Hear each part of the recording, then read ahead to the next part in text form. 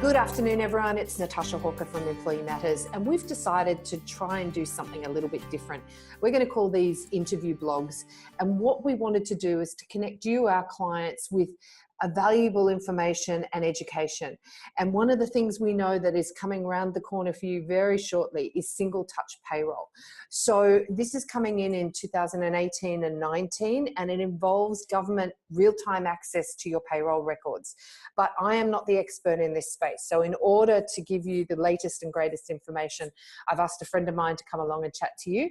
And we're thrilled to have the opportunity to talk to Simon Berglund, who is from Sage, and he is the VIP Customers for Life. Simon, welcome very much.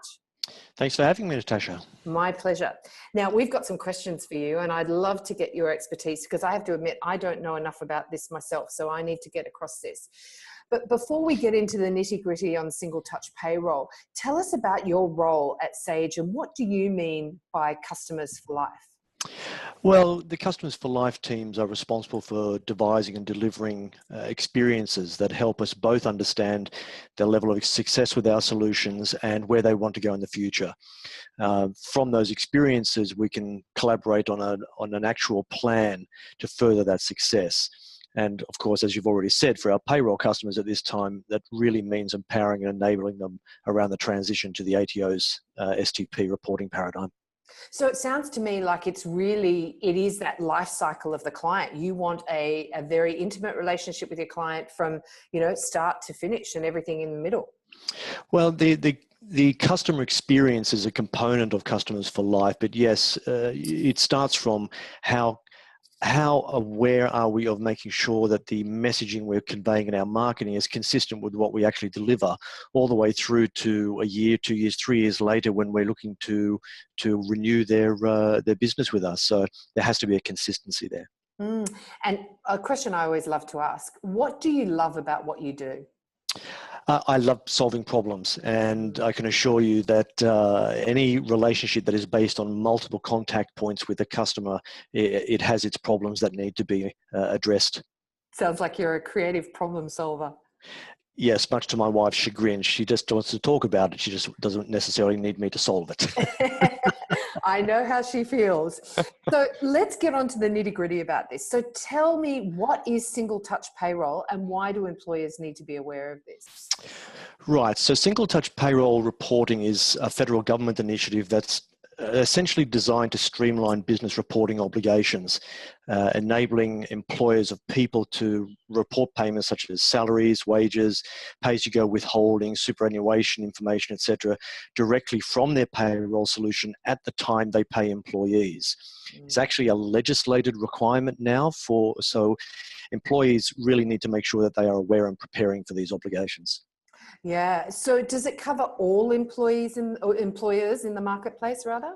No, not yet. The compliance is mandatory for all employers of 20 or more people from 1 July 2018. So that's in a few weeks' time. And the government has stated its strong intention to make it mandatory for everyone else from 1 July 2019. Do you think that time frame is realistic? I think that would genuinely depend on who you talk to. What I can say is that we're ready, and that's all I need to make sure is the case. Fantastic. And what are the drivers for this change? Why have we got Single Touch Payroll coming our way?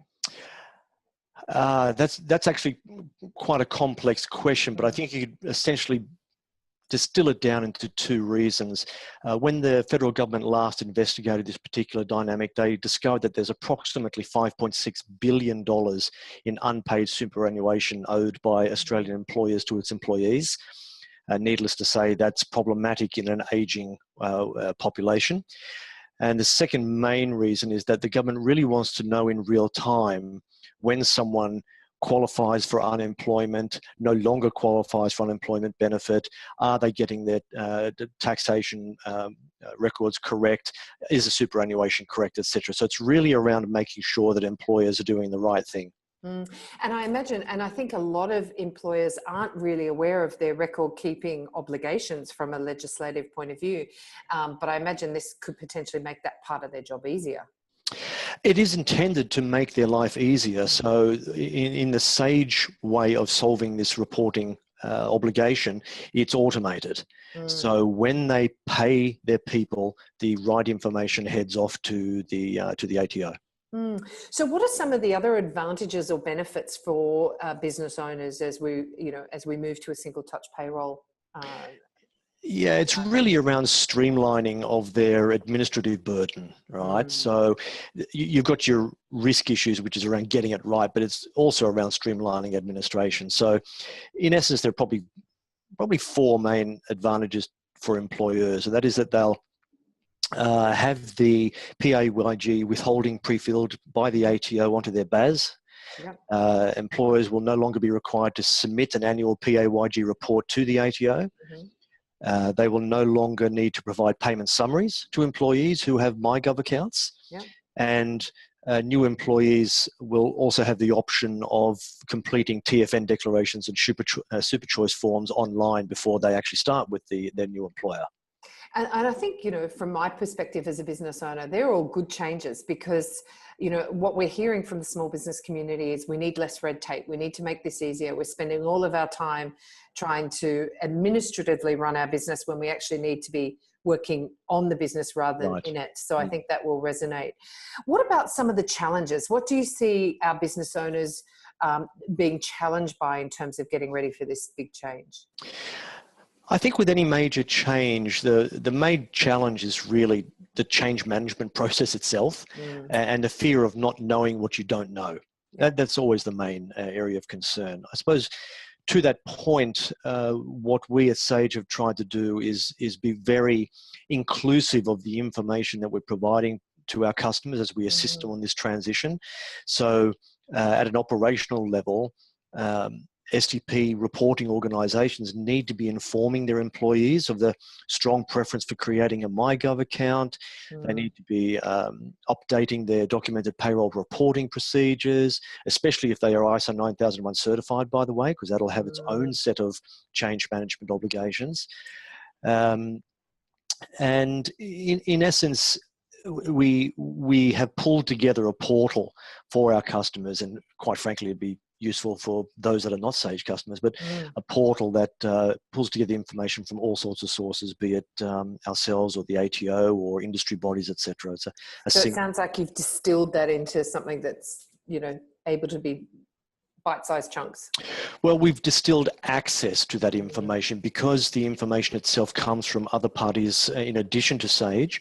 We cannot, of course, seek to put our flavour on that.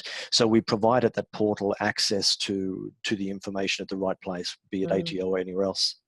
Simon, I know we touched on it at the beginning, but I'm guessing some people who've listened to this interview might now go, actually, that's me. So what are the timeframes that we're talking about here? You mentioned headcount that was driving that. So yes, right. So on the 1st of April, April Fool's Day, ironically, the ATO requires organisations to do a headcount in order to determine whether they are, by definition, a substantial employer.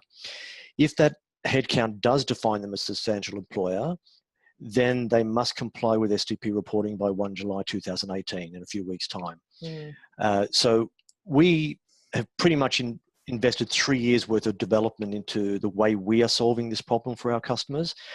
So on the 15th of March, we've just gone, they have already received their STP ready upgrades.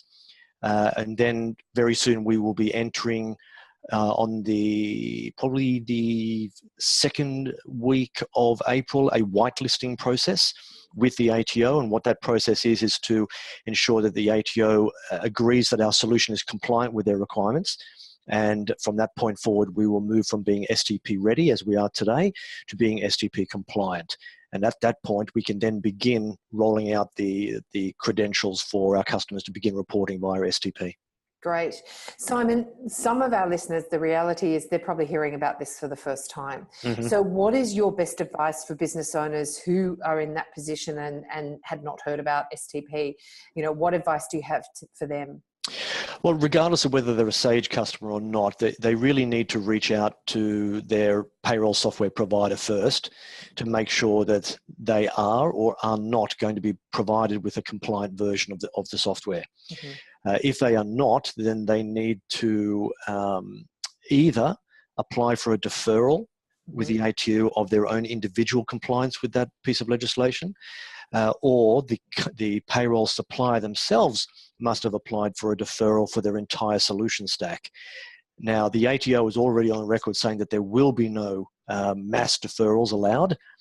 So if a payroll solution provider is not providing a clear answer as to what their intentions are for compliance, that triggers another set of conversations, of course. Great. And Simon, you know, if I was a business owner, and I loved how you said you were STP ready and then STP compliant, if we're thinking about that from a business perspective and they're going to hit that as a sustainable business, what do you think they need to have done at this point to make sure that they're fully ready for the 1st of April when it all happens?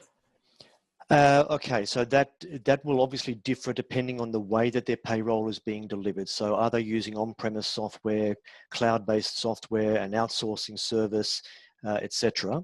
But in general, payroll is not really a standard process, which is ironically where the ATO started this exercise 3 years ago under the premise that it was pretty standard across all organisations, and that's simply not true. And that's been part of the reason why this has taken 3 years to come to fruition, is to understand the complexity of the payroll cycle.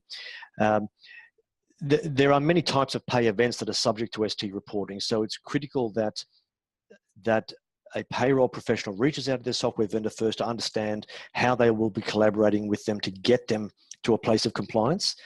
If they don't get an answer to their satisfaction, then I think honestly the best thing to do is two things.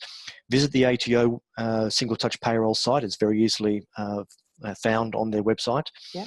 But also they can visit the Sage Single Touch Payroll portal, which is an information agnostic site that they can really begin to understand the why, the how, and the when of single touch payroll obligations.